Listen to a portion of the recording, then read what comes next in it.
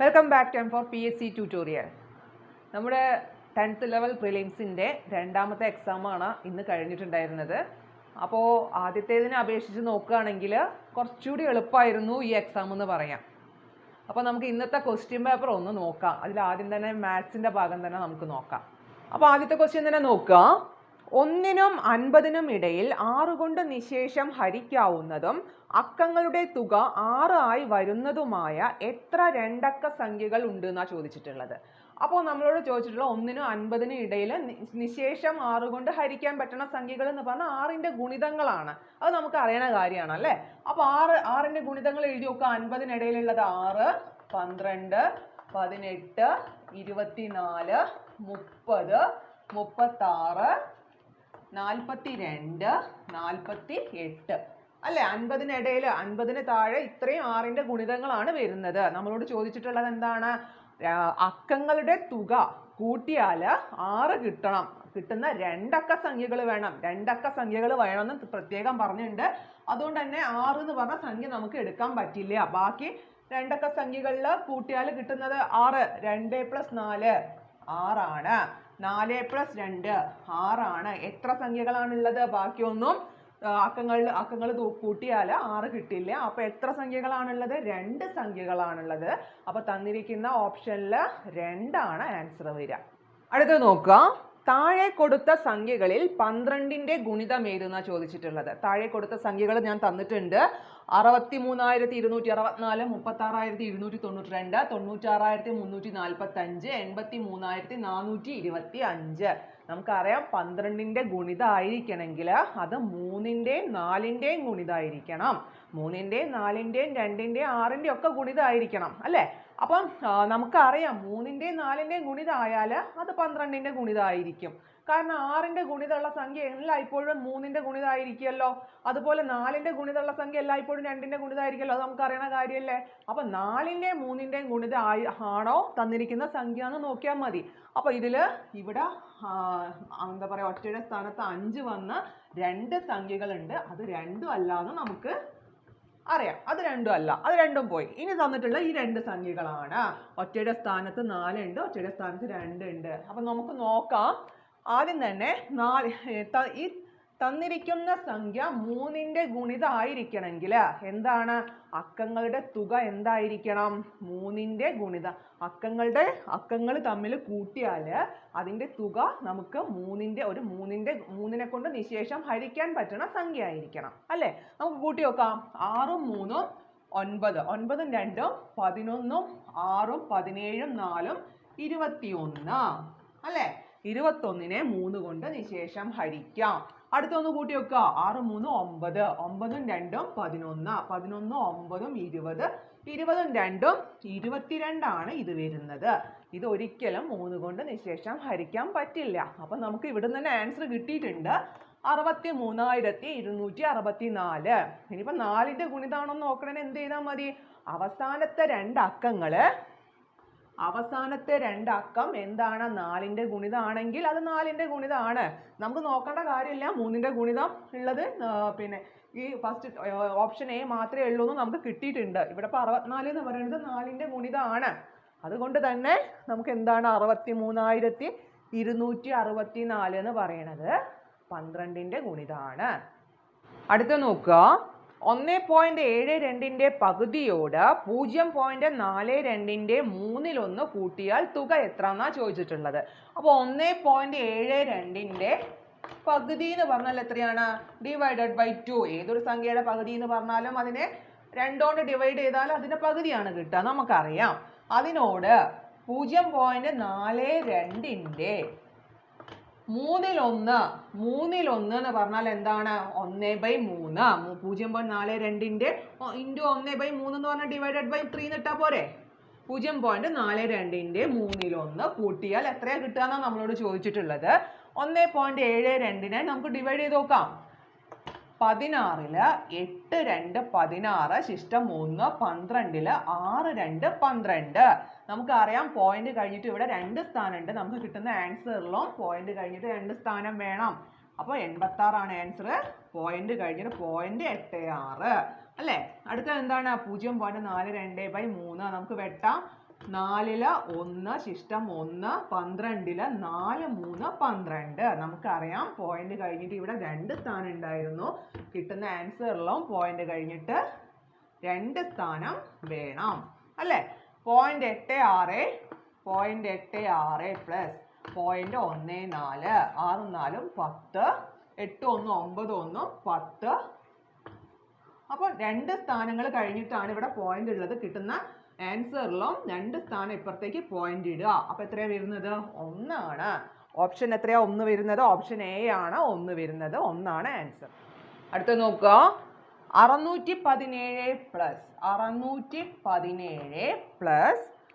6.017 എങ്ങനെ എഴുതുക?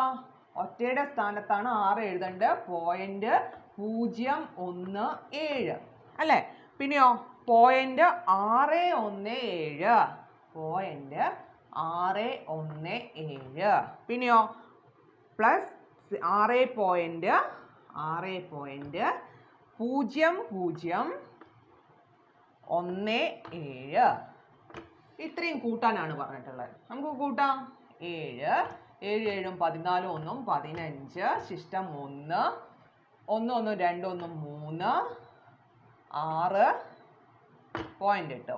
ഇവിടെയാണ് പോയിന്റ് ഉള്ളത്. 6 6 12 7 19 ശിഷ്ടം 1 1 1 2 6 629.6357 629.6357 ഓപ്ഷൻ സി ആണ് ഉത്തരം. ഇത് നോക്കുക. 3/4 വലുതും 9/4 ചെറുതുമായ ഭിന്നസംഖ്യയാണ് നമ്മളോട് ചോദിച്ചിട്ടുള്ളത്. അപ്പൊ നമുക്കറിയാം 3/4 എന്ന് പറഞ്ഞാൽ 1 കുറവാണ്. നമുക്കറിയാം 3നെ 4 കൊണ്ട് 3നെ ഡിവൈഡ് ചെയ്യാൻ പറ്റില്ല. നമ്മൾ പോയിന്റ് ഇട്ട് കൊടുക്കും. പോയിന്റ് ഇട്ട 30 4 എത്ര പ്രാവശ്യമാണ്? 7 4 28. പോയിന്റ് 7 കഴിഞ്ഞിട്ട് അങ്ങനെ വരുന്നുണ്ട്. നമുക്ക് പോയിന്റ് 7 എന്ന് എഴുതിയാൽ മതി. പിന്നെ 9/4 എന്ന് പറഞ്ഞാൽ എത്രയാണ് വരുന്നത്?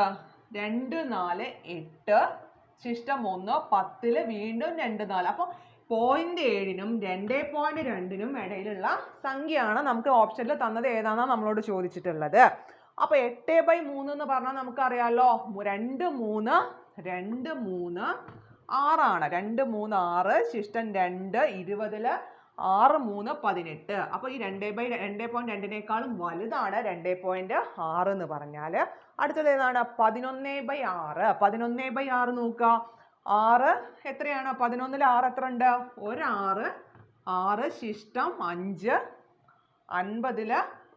50 എത്രയാ വരുന്നത്? 8 6 48 1.8 വരുന്നുണ്ട് അല്ലേ? അപ്പൊ 0.7 വലുതാണ് 1.8. 2.2 ചെറുതുമാണ് 1.8 എന്ന് പറഞ്ഞാൽ അല്ലേ? 1.8 ഇതിന് 2 ഇതിനേക്കാൾ കൂടുതലും ഇതിനേക്കാൾ ചെറുതുമാണല്ലോ. അപ്പൊ നമുക്ക് തന്നിട്ടുള്ള ഓപ്ഷനിൽ ബി തന്നെയാണെന്ന് നമുക്ക് കിട്ടിയിട്ടുണ്ട്. Option B 11/6. അടുത്ത നോക്കുക. താഴെ പറയുന്നവയിൽ വലിയ ഭിന്നസംഖ്യ ഏതെന്നാ ചോദിച്ചിട്ടുള്ളത്. 25/24 13/12 17/16 19/18 ആണ് തന്നിരിക്കുന്ന ഭിന്നസംഖ്യകൾ. ആ സംഖ്യകൾക്ക് ഒരു പ്രത്യേകത ഉണ്ട്. അംശവും ഛേദവും തമ്മിലുള്ള വ്യത്യാസം എത്രയാണ്? 1 ആണ് വ്യത്യാസമായിട്ട് വന്നിട്ടുള്ളത്. അപ്പോ നമുക്കറിയാം 1 വ്യത്യാസം, അങ്ങനെ വ്യത്യാസം തുല്യമാണെങ്കിൽ, അംശവും ഛേദവും തമ്മിലുള്ള വ്യത്യാസങ്ങൾ തുല്യമാണെങ്കിൽ ആ സംഖ്യയിൽ ഏതാണോ അംശവും ഛേദവും ചെറുതായി വരുന്ന ഭിന്നസംഖ്യ അതായിരിക്കും വലിയ ഭിന്നസംഖ്യ. അംശവും ഛേദവും വലുതായി വരുന്ന ഭിന്നസംഖ്യ ഏതാണോ അതായിരിക്കും ചെറിയ ഭിന്നസംഖ്യ. അപ്പൊ ഇവിടെ അംശവും ഛേദവും ചെറുതായി വരുന്ന ഭിന്നസംഖ്യ ഏതാണ്? 13/12. ഇതാണ് ഓപ്ഷൻ എത്രയാണ്? ഓപ്ഷൻ ബി ആണ് തന്നിരിക്കുന്ന ഭിന്നസംഖ്യയിലെ വലിയ ഭിന്നസംഖ്യ എന്ന് പറയുന്നത്. ആദ്യത്തെ 200 എണ്ണൽ സംഖ്യകളുടെ ശരാശരി എത്രയാണ്? നമ്മൾ ഒരു ക്ലാസ് ഇത് ചെയ്തിട്ടുണ്ടായിരുന്നു. അപ്പോൾ എത്ര എണ്ണൽ സംഖ്യകളുടെ ശരാശരി കാണാനുള്ള ഇക്വേഷൻ നമുക്ക് അറിയായിരുന്നല്ലോ. n × n+1/2 ആണ് തുക. ആകെ തുക ബൈ നമ്പർ ആണ് ശരാശരി എന്ന് പറഞ്ഞാൽ അല്ലേ? അപ്പൊ n സംഖ്യകളുടെ തുക എന്ന് പറഞ്ഞാൽ n × n+1/2 ആണ്. Divided by n. n എന്ന് പറഞ്ഞാൽ n ആണ്. ഈ n ഉം വെട്ടിക്കഴിഞ്ഞാൽ ബാക്കി എന്താ ഉള്ളത്? n+1/2 ആണ്. ഇതിനെ നമുക്ക് എങ്ങനെ എഴുതാം? n/2 + 1/2 എന്ന് എഴുതാന്ന് പറയാം. n/2 പ്ലസ് 1/2 എന്ന് എഴുതാം. 1/2 എന്ന് പറഞ്ഞാൽ എന്താണ്? n/2 പ്ലസ് 1/2 എന്ന് പറഞ്ഞാൽ എന്താണ്? ഒരു 0.5 ആണ് അല്ലേ? അപ്പൊ n എന്ന് പറഞ്ഞാൽ ഇവിടെ എന്താണ്? 200 എണ്ണൽ സംഖ്യകളാണ്.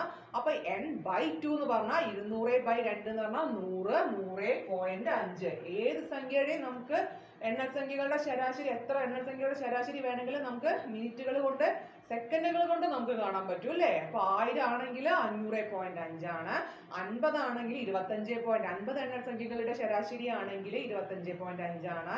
ഇപ്പോ 200 ആണെങ്കിൽ 100.5 നമുക്ക് തന്നിട്ടുണ്ട്. 300 ആണെങ്കിൽ 150.5. നേരെ പകുതി എടുത്തിട്ട് അതിനോട് ഒരു 0.5 കൂട്ടി കൊടുത്താൽ മതി. നമ്മൾ ചെയ്തതാണ്, ഒരു വീഡിയോ ചെയ്തിട്ടുണ്ട് കേട്ടോ. അപ്പൊ അടുത്തത് നോക്കുക. ഒരു വ്യാപാരി റേഡിയോ വാങ്ങിയ വില 3000 രൂപ, 20% കൂട്ടി വിലയിട്ടു. അദ്ദേഹത്തിന് 8% ലാഭം കിട്ടിയാൽ മതി എങ്കിൽ എത്ര ശതമാനമാണ് ഡിസ്കൗണ്ട് എന്നാ ചോദിച്ചിട്ടുള്ളത്. നമുക്കറിയാം, അയാള് വാങ്ങിയ വിലയേക്കാൾ ഒരു വില അധികം ഇട്ടിട്ടാണ് അത് എന്താക്കുക, ഒരു പരസ്യ വില ഇടുക അല്ലെ? ആ പരസ്യ വിലയുടെ മുകളിലായിരിക്കും അയാൾ എന്ത് കണക്കാക്കുക? ഡിസ്കൗണ്ട് കണക്കാക്കുക. അതൊക്കെ നമ്മൾ പഠിച്ച കാര്യങ്ങളാണ് അല്ലെ? അപ്പൊ ഇവിടെ വാങ്ങിയ വില, കോസ്റ്റ് പ്രൈസ് എന്ന് പറഞ്ഞാൽ എന്താണ്? കോസ്റ്റ് പ്രൈസ് എന്ന് പറഞ്ഞാൽ 3000 ആണെന്ന് നമുക്കറിയാം അല്ലെ? ഈ 3000 കോസ്റ്റ് പ്രൈസ് എന്ന് പറഞ്ഞാൽ എന്താണ്? 100% ആണല്ലോ വാങ്ങിയ വില, എല്ലായ്പ്പോഴും 100% ആണെന്ന് നമുക്കറിയാം. 100% 3000 രൂപയാണ് അല്ലെ? അപ്പൊ അയാൾ എത്രയാ കൂട്ടി പരസ്യവില ഇട്ടത്? 20% കൂട്ടി പരസ്യവില ഇട്ടു. അപ്പൊ 120% എന്ന് പറഞ്ഞാൽ എത്രയാണ്? 120% എന്ന് പറഞ്ഞാല് 100% 3000 ആണെങ്കിൽ 1% എത്രയായിരിക്കും? 3000/100. അപ്പൊ 120% എത്രയായിരിക്കും? ഗുണിക്കണം 120. നമ്മൾ പഠിച്ചതാണ്. 2 0 വെട്ടി 3 × 12. 3 × 12 എന്ന് പറഞ്ഞാല് 36. 2 0. 3600 രൂപയാണ് അയാൾ ഇട്ട പരസ്യ വില. 3600 രൂപ അയാൾ പരസ്യ വില ഇട്ടിട്ടുണ്ട്. പിന്നെ അയാൾ എന്താ പറയുന്നത്? അയാൾക്ക് 108% അയാൾക്ക് ലാഭം കിട്ടിയാൽ മതിയെന്ന്. അപ്പൊ അയാൾക്ക് 108, എത്ര ശതമാനം എന്ന് പറഞ്ഞാൽ 108% ആണ് അയാൾക്ക് ലാഭം കിട്ടേണ്ടത്. അങ്ങനെ ലാഭം കിട്ടിയാൽ മതിയെങ്കിൽ ഈ പരസ്യ വിലയുടെ മുകളിൽ അയാൾ എത്ര ഡിസ്കൗണ്ടാ കൊടുക്കുക എന്നാ ചോദിക്കണത്. അപ്പൊ 100% 3000 ആണെങ്കിൽ 8% ലാഭം കിട്ടിയാൽ മതി. അപ്പൊ 108% എത്രയായിരിക്കും? 108% എന്ന് പറഞ്ഞാൽ എത്രയായിരിക്കും? 100% 3000 ആണ്. 1% എന്ന് പറഞ്ഞാല് 3000/100. 108% എന്ന് പറഞ്ഞാൽ ഗുണിക്കണം 108. 2 0 വെട്ടി 108 × 30 എത്രയാ വരിക? 3 × 8 24. 0 ആണ്. 3 × 0 എന്ന് പറഞ്ഞാൽ 0. ഇവിടെ 2 ശിഷ്ടം ഉണ്ടായിരുന്നു. 3 × 1 3. 30 ആണ് ഇവിടെ ഒരു 0. 3240 രൂപയാണ് 108% എന്ന് പറഞ്ഞാൽ. അത് കിട്ടിയാൽ മതി അയാൾക്ക്. 3000 രൂപയുടെ സാധനം 3240 രൂപയ്ക്ക് വിറ്റ് 240 രൂപ അയാൾക്ക് ലാഭം മതി. അതിന് അയാൾ എന്ത് ചെയ്തു? ഒരു പരസ്യവില ഇട്ടു. 3600 രൂപയ്ക്ക് പരസ്യവില ഇട്ടിട്ട് അതിന്റെ മുകളിൽ എത്ര ഒരു ഡിസ്കൗണ്ട് കൊടുത്തു അയാൾ. ആ ഡിസ്കൗണ്ട് കൊടുത്ത തുക എത്രയായിരിക്കും? അപ്പം 3600 രൂപയാണ് അതിന്റെ പരസ്യവില. 3240 രൂപയ്ക്ക് അയാൾ കൊടുത്താൽ അവിടെ ഡിസ്കൗണ്ട് എത്രയാണ് വരുന്നത്? 3600 മൈനസ് 3240. 3600 മൈനസ് 3240. 0 6 5 2 പോയാൽ 3. 360 രൂപയാണ്. 360 രൂപയാണ് അയാൾ എന്ത് കൊടുത്തിട്ടുള്ളത്? ഡിസ്കൗണ്ട് കൊടുത്തിട്ടുള്ളത്. നമുക്ക് കാണേണ്ട എന്താ? ഡിസ്കൗണ്ട് പെർസെന്റേജ് എത്രയാണ്? ഡിസ്കൗണ്ട് പെർസെന്റേജ് എന്തിന്റെ മുകളിലാണ് കാണുക? പരസ്യവിലയുടെ മുകളിൽ. അപ്പൊ ഡിസ്കൗണ്ട് എന്ന് പറഞ്ഞാൽ 360 രൂപയാണ്. പരസ്യവില 3600 ആണ്. ഇൻറ്റു 100. 100% 3600 ആണെങ്കിൽ 360 എന്ന് പറഞ്ഞാൽ എത്ര ശതമാനമാണ്? 10% നമുക്കറിയാം. ഒരു 0 വെട്ടിയാൽ മതി. അതെല്ലാം നമുക്ക് ഇങ്ങനെ ചെയ്ത് നോക്കാം. 2 0 വെട്ടി 36 36 1 1 0 10%. ഇതിൽ തന്നിരിക്കുന്നതില് 10%. ഓപ്ഷൻ സി ആണ് ആൻസർ. 10% ആൻസർ ആയിട്ട് വരിക. നോക്കുക. ഒരാൾ എയിൽ നിന്നും മണിക്കൂറിൽ 40 കിലോമീറ്റർ വേഗത്തിൽ സഞ്ചരിച്ച് ബിയിൽ എത്തിച്ചേർന്നു. തിരികെ ബിയിൽ നിന്നും എയിലേക്ക് മണിക്കൂറിൽ 60 കിലോമീറ്റർ വേഗത്തിൽ എത്തുന്നു. ഈ യാത്രയിൽ എയിൽ നിന്നും ബിയിലേക്കുള്ള ദൂരം എത്ര? ഇതുപോലെ തന്നെ ഒരു ക്വസ്റ്റ്യൻ ആയിരുന്നു കഴിഞ്ഞ എക്സാമിന് തന്നിട്ടുണ്ടായിരുന്നത്. ഇത് ക്വസ്റ്റ്യൻ തെറ്റാണ്, ഇതിൽ നമുക്ക് ടൈം തന്നിട്ടില്ല, അപ്പൊ നമുക്കിത് ചെയ്യാൻ പറ്റില്ല. അപ്പൊ അടുത്ത ക്വസ്റ്റ്യൻ നോക്കുക. മണിക്കൂറിൽ 120 കിലോമീറ്റർ വേഗത്തിൽ സഞ്ചരിക്കുന്ന ഒരു വാഹനത്തിന് 80 കിലോമീറ്റർ സഞ്ചരിക്കാൻ വേണ്ട സമയം എത്രയാണ് നമ്മളോട് ചോദിച്ചിട്ടുള്ളത്. അപ്പൊ ഒരു മണിക്കൂറില് എത്രയാണ്? ഒരു മണിക്കൂറിൽ 120 കിലോമീറ്റർ 120 കിലോമീറ്റർ ആണ് സഞ്ചരിക്കുക. അപ്പൊ ഒരു മണിക്കൂർ എന്ന് പറഞ്ഞാൽ എത്ര മിനിറ്റ് ആണ്? 60 മിനിറ്റ് ആണ് നമുക്കറിയാം. 60 മിനിറ്റില് 120 കിലോമീറ്റർ ആണ്. അങ്ങനെയാണെങ്കിൽ ഒരു മിനിറ്റിൽ എത്രയായിരിക്കും? ഒരു മിനിറ്റില് 120/60 2 കിലോമീറ്റർ. ഒരു മിനിറ്റില് 2 കിലോമീറ്റർ ആണ് സഞ്ചരിക്കുക. അങ്ങനെയാണെങ്കിൽ 1 കിലോമീറ്റർ സഞ്ചരിക്കാൻ എത്ര സമയമാണ് വേണ്ടത്? 1/2 മിനിറ്റ് അല്ലെ? അല്ലെങ്കിൽ ഒരു മിനിറ്റില് 2 കിലോമീറ്റർ ആണെങ്കിൽ 80 കിലോമീറ്റർ സഞ്ചരിക്കാൻ എത്രയായിരിക്കും? 40 മിനിറ്റ് അല്ലേ വേണ്ടത്? ഒരു മിനിറ്റില് 2 കിലോമീറ്റർ സഞ്ചരിക്കുമെങ്കിൽ 80 കിലോമീറ്റർ സഞ്ചരിക്കാൻ എത്ര മിനിറ്റ് വേണ്ടി വരിക? അതിന്റെ പകുതിയല്ലേ? 40 മിനിറ്റ് അല്ലേ വേണ്ടി വരിക? ഒരു മിനിറ്റില് 2 കിലോമീറ്റർ സഞ്ചരിക്കും. അങ്ങനെയാണെങ്കിൽ 80 കിലോമീറ്റർ സഞ്ചരിക്കാൻ ഇവിടെ എത്രയായിരിക്കും വേണ്ടി വരിക? ഇതിന്റെ പകുതി 40 മിനിറ്റ് ആയിരിക്കും വേണ്ടി വരിക. മനസ്സിലായല്ലോ? അടുത്ത നോക്കാം. പ്ലസ് ഗുണനത്തെയും മൈനസ് ഹരണത്തെയും ഇൻറ്റു സങ്കലനത്തെയും ഹരണം വ്യവകലനത്തെയും സൂചിപ്പിക്കുന്നു എങ്കിൽ തന്നിരിക്കുന്നത് 35 ഗുണിക്കണം 20 പ്ലസ് 25 ഹരിക്കണം 15 മൈനസ് 5 എത്രയാണെന്ന് നമ്മളോട് ചോദിച്ചത്. നമുക്ക് ചിഹ്നം മാറ്റി കൊടുക്കാം. ഇവിടെ തന്ന പോലെ തന്നെ കൊടുക്കാം. 35 ഗുണിക്കണം എന്ന് പറഞ്ഞാൽ എന്താ ഇവിടെ ചിഹ്നം പറഞ്ഞിട്ടുള്ളത്? ഗുണനം സങ്കലനത്തെ 35 പ്ലസ് 20. സങ്കലനം എന്ന് പറഞ്ഞാലോ ഗുണനത്തെ. അടുത്തത് 25 ഹരിക്കണം. ഹരണം എന്ന് പറഞ്ഞാല് വ്യവകലനത്തെയും വ്യവകലനം എന്ന് പറഞ്ഞാല് ഹരണത്തെയും സൂചിപ്പിക്കുന്നു. ഹരിക്കണം 5. ഇനി ചെയ്യാലോ. 35 പ്ലസ് 20 55 ഗുണിക്കണം 25 മൈനസ് 15 10 ഹരിക്കണം 5. 55 ഇൻറ്റു 10 550/5 എത്ര വരുന്നത്? 110. ഓപ്ഷൻ എ ആണ് ആൻസർ. അടുത്ത നോക്കുക. 32 ഇൻറ്റു 43 23 34 എന്ന് സംഖ്യ എന്താണ് ചെയ്തിട്ടുള്ളത്? 32ന് തിരിച്ചിട്ടു 23 ഇട്ടു, 43ന് തിരിച്ചിട്ടു 34 ഇട്ടു അല്ലെ? അതുപോലെ 47 ഇൻറ്റു 67 എങ്ങനെ എഴുതി? 47ന് തിരിച്ചിട്ടു 74 എന്ന്, 67ന് തിരിച്ചിട്ടു 76 എന്ന്. അങ്ങനെയാണെങ്കിൽ 13 ഇൻറ്റു 72 എന്തായിരിക്കും? 13നെ നമുക്ക് തിരിച്ചിടാൻ എന്ത്? 31 എന്ന്. 72നെ തിരിച്ചിട്ടാല് 27. 31 27. ഓപ്ഷൻ ഡി ആണ് ആൻസർ വരുന്നത്. അടുത്ത നോക്കുക. 2 3 5 7 എന്ന സംഖ്യാശ്രേണിയിലെ അടുത്ത പദം എന്ത്? 2 3 5 7 എന്താണ്? പ്രൈം നമ്പേഴ്സ് ആണ്. അടുത്തത് ഏതായിരിക്കും? 11. ഓപ്ഷൻ ബി ആണ്. 11 ആണ് വരിക. 2 3 5 7 11 13 17 അങ്ങനെ പോകുന്നുണ്ട്. അപ്പൊ അടുത്തത് 11 ആണ്. അടുത്ത നോക്കുക. 2 = 0, 3 = 3, 4 = 6, 5 = 9 എന്നാൽ 7 = എത്രയാണെന്ന് ചോദിക്കണം. 2 = 0, 3 = 3, 4 = 6, 5 = 9. ഇനി നോക്കുക. 2 3 4 5. അടുത്തത് ഏതായിരിക്കും? 6 നമുക്ക് തന്നിട്ടില്ല. അതുപോലെ 7 എത്രയാണെന്നാണ് നമ്മളോട് ചോദിച്ചിട്ടുള്ളത്. എത്രയാണെന്നാണ് കാണേണ്ടത് അല്ലെ? അപ്പൊ നമുക്ക് തന്നിട്ടുള്ള സംഖ്യകൾ നോക്കുക. 0 ഈക്വൽ ടു കഴിഞ്ഞിട്ട് എന്താണ്? 0 3 6 9 എന്താണ് സംഖ്യകളുടെ ഇതെന്താണ്? പിന്നെ 3 കൂടി വരികയല്ലേ? 0 3 6 9. അപ്പൊ 6 ഈക്വൽ ടു എത്രയായിരിക്കും? 9 3 12. അടുത്തത് 7 ഈക്വൽ ടു എത്രയായിരിക്കും? 12 3 15. അപ്പൊ ഓപ്ഷൻ എത്രയാണ്? ഓപ്ഷൻ ബി ആണ് ആൻസർ വരുന്നത്. ബി. അടുത്ത ക്വസ്റ്റ്യൻ നോക്കുക. എക്സാമിനേഷൻ ഡാഷുമായി ബന്ധമില്ല. എക്സാമിനേഷൻ ഡാഷുമായി ബന്ധമില്ല.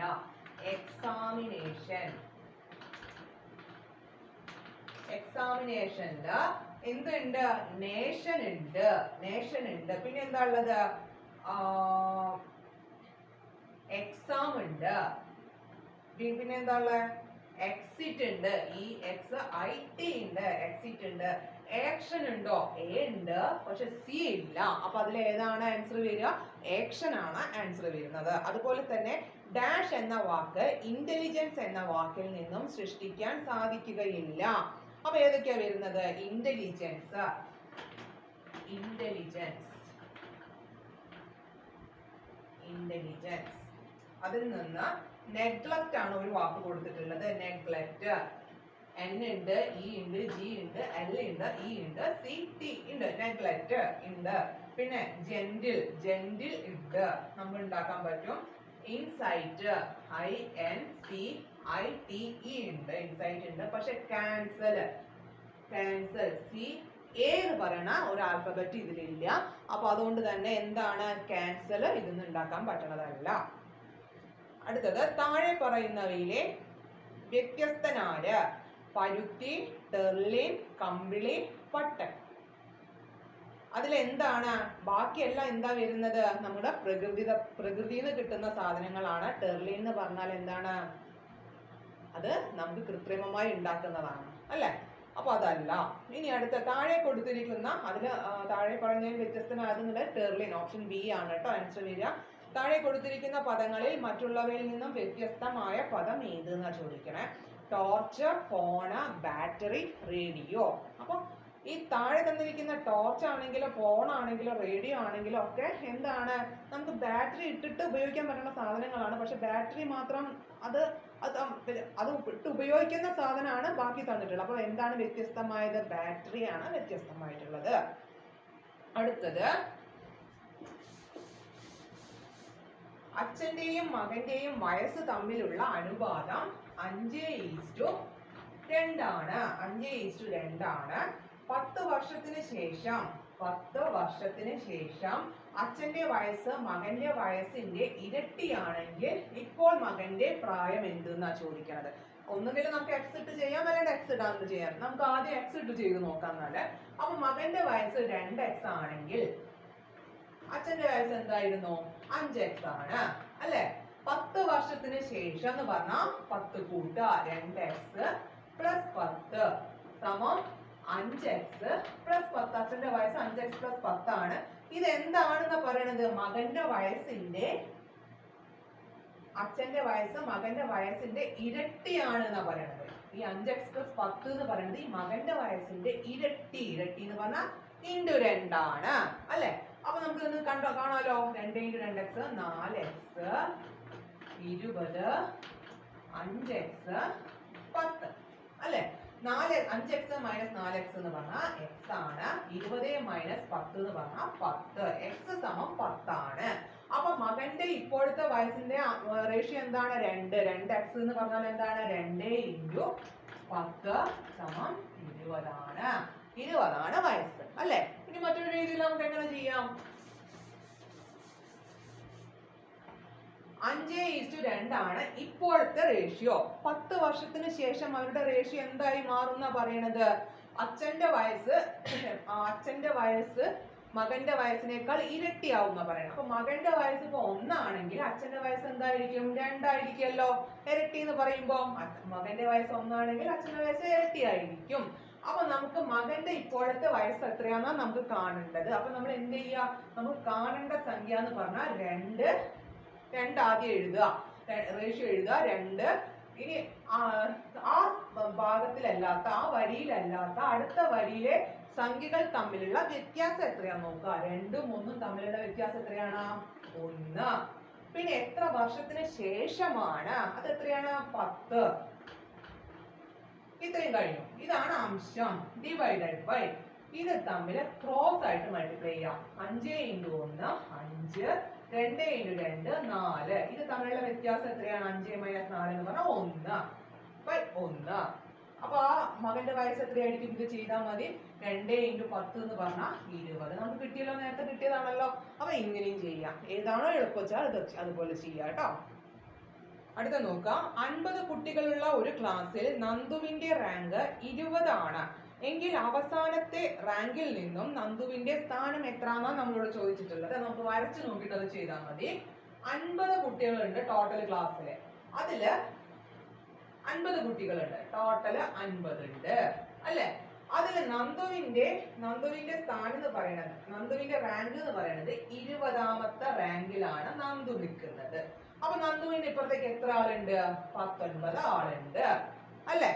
ഇപ്പുറത്ത് എത്ര ആളുണ്ട്? 30 ആളുണ്ട് അല്ലെ? 80 - 20 30 ആളുണ്ടാവില്ലേ?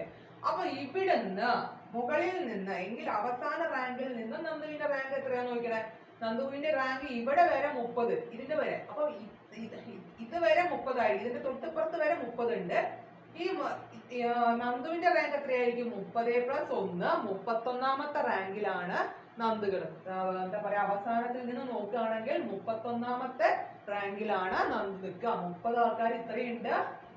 ഇപ്പുറത്തതായിരിക്കും +1 31ാമത്തതായിരിക്കും നന്ദുവിന്റെ റാങ്ക്. അപ്പൊ നന്ദുവിന്റെ റാങ്ക് എന്ന് പറയുന്നത് 31 ആണ്. 50 കുട്ടികളുള്ള ഒരു ക്ലാസ്സിൽ നന്ദുവിന്റെ റാങ്ക് 20 ആണ് എങ്കിൽ അവസാന റാങ്കിൽ നിന്നും നന്ദുവിന്റെ സ്ഥാനം എത്ര? Option D 31.